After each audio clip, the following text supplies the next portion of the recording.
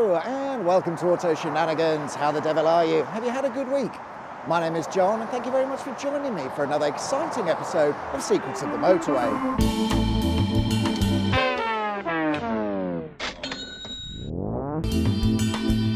This week I have been mostly looking at the M6 toll motorway, which is also known as the Midland Expressway. This stretch of motorway runs for 27 miles and was completed in 2003, making one of the most recently constructed motorways in the UK. It's got a total of 8 junctions, and unlike any other motorway, these start with a T. For example, junction 1 is called T1. Proposals for the M6 motorway came around back in 1980, and the plan was to build a publicly funded motorway as per usual, and it was going to be called the A446-M. However, following a public inquiry, in 1989 the decision was made to build it in the private sector and not with public money. This was further set in stone in the 90s when the government set about making as many cuts as they could following a little bit of a recession. All major road building projects were cancelled as a result, so there was absolutely no way they were going to be getting involved in the M6 toll motorway. So after 17 years of inquiries, government red tape and general messing about, the go-ahead was given for the motorway finally in 1997. It was now down to the private sector to get things sorted and organised. So the ground clearance was done by 2000 and the motorway completed by 2003. So yeah, sorted then. That was easy. The M6 toll is unique then because it's the only privately funded motorway on our network, but with that comes a bit of a catch. You'll no doubt have noticed the toll part in the M6 toll road, and indeed it's pay to play with this motorway. If you want to drive its entire length in a normal car, that's going to set you back £7.60. But I'm not so sure that that's actually a bad thing. I think you get quite a lot for your money. Allow me to explain. It would seem over the years that the M6 toll road hasn't attracted anywhere near the traffic numbers that the owners and builders anticipated. Bad news for them and their revenue, but good news for us because you get a relatively clear motorway. It was built in 2003, which is relatively recent as far as motorways go, and whilst I'm sure it's not been without its problems, the carriageway is in excellent condition and it's very well maintained. Certainly when compared to our other motorways, the M6 toll is absolutely sublime. They have a dedicated recovery service, which is all backed up by an extensive CCTV network, so if you do break down on the M6 toll, it's not going to be long before they sort you out. It costs £7.60, and that's a good thing, because it means you can drive along without fear of being sideswiped into the central reservation by Gary in his £200 poorly maintained Astra. And finally, the primary USP of the M6 toll is that you get to avoid Birmingham and the traditional M6. I think this represents excellent value for money. Right, let's get crack-a-lacking then, and the M6 toll starts by Water Orton, where it runs alongside the M42 in what Sabre Roads like to call a multiplex. A multiplex is where 2 roads come together and share the same space or carriageway for whatever distance, and this is one of 3 examples of multiplexes to be found on our motorway network. The M6 toll then splits away from the M42 and heads off on its journey, and shortly after we cross over the Birmingham and Fazeley Canal. And you can't come to Birmingham and not talk about canals, it's the law. Apparently, there are more canals in Birmingham than there are Venice. And it turns out that's not actually true. Venice does indeed have more canals, but the length of Birmingham canals tend to be longer, so Birmingham has more miles of canals, but there aren't more canals, if that made sense. Anyway, the Birmingham-Fazeley Canal opened in 1789, it runs for 15 miles, and it's got a total of 38 locks. So this guy has got his work cut out for him. I've skipped along a couple of junctions because there's not really a lot to see there. I'm now up by junction T3, where I've come to look at what I first thought was a piece of abandoned road or leftover piece of infrastructure. It's actually neither of those things. Along the M6 toll motorway, there are 18 ecological ponds and 20 balancing ponds that were all installed when they constructed the motorway. These were put in place because nature, and also to collect all the water runoff from the motorway. So there are several of these dotted up and down the M6 toll, each with their own little access road, but it doesn't look like any of them have been used for quite a while and are slowly being consumed by nature. Just on the other side of junction T3 is the site of the old Langley Mill sewer plant. It was built in the 1950s, but due to its age it was decommissioned and then demolished in 2016. Following the demolition of the site, they installed a new pump and pipeline which transports the sewerage from here down to the Minworth treatment works, which is much larger, some 4 and a bit miles away. As the name Langley Mill might suggest, originally there was a mill here that was built in the 1580s. It was found that the stream they used to power the mill toll used to dry up over summer, so a solution was needed and a large store of water required. So in 1604 they built Langley Pool to use as a reservoir when the rivers were running dry. As you can see behind me, Langley Pool is still around today.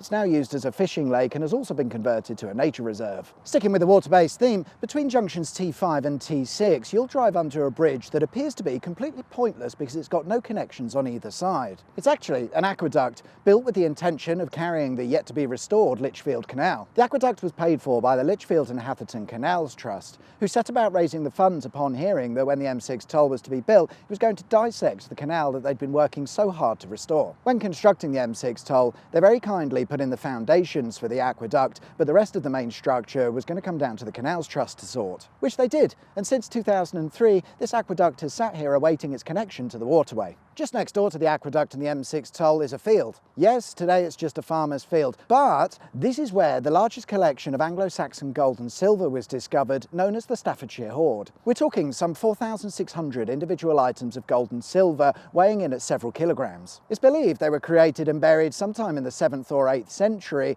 They've sat there for many years before being uncovered by a metal detectorist in 2009. What started as finding the odd bit of gold quickly grew into finding hundreds of pieces, and over the course of 3 years, the field was excavated to see what else could be found. The Staffordshire Hoard was purchased jointly by the Birmingham and Potteries Museums for the sum of £3.2 million.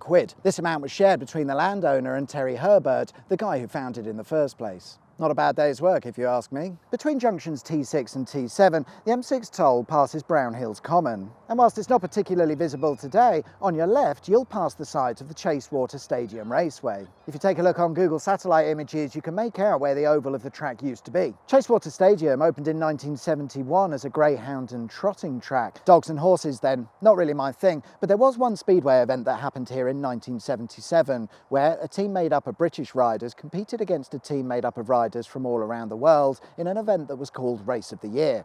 We lost. Unfortunately, following noise complaints, no further motorised events were planned after that. It seems that the stadium never really took off as the owners intended, and it closed in the late 80s following a storm that damaged the track and buildings. In 1998, whatever was left of the stadium was demolished to make way for the new M6 toll road that was about to be installed. Hi, cows!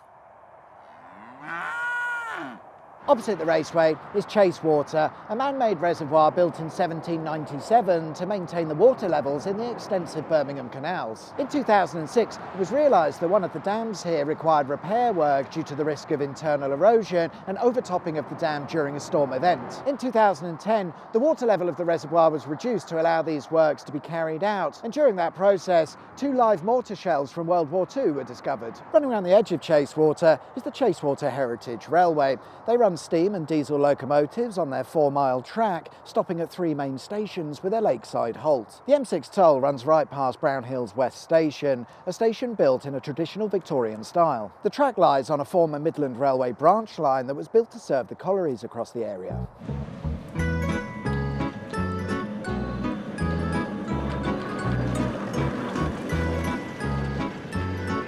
An interesting feature of the railway is the causeway that takes the railway over Chasewater. When the railway originally closed in the 1960s, it was left abandoned, and due to the constant movement of Chasewater, the causeway very quickly began to wash away. It wasn't until 1993 that the Preservation Society managed to repair it and make it part of the railway again. Onwards we go, and as you round the corner from junction T7, a rather peculiar building comes into view. This is the Orbital Plaza that was built in 2006 as part of a little project headed up by Fred Pritchard. Fred's a fairly well-known property developer in the area after going on a mission to revitalise Cannock following the demise of the coal industry. When the M6 toll motorway came along, he saw an opportunity and purchased various bits of land with the idea of building new leisure parks, hotels or office spaces. The Holiday Inn is also known as the Lion Point building, and just up the road from here you'll find another tall building right next to the M6 toll motorway. Lakeside Plaza was another one of Fred's projects. He bought the land and adjacent buildings and then whacked this ruddy great tower on it. The tower is used as rentable office space,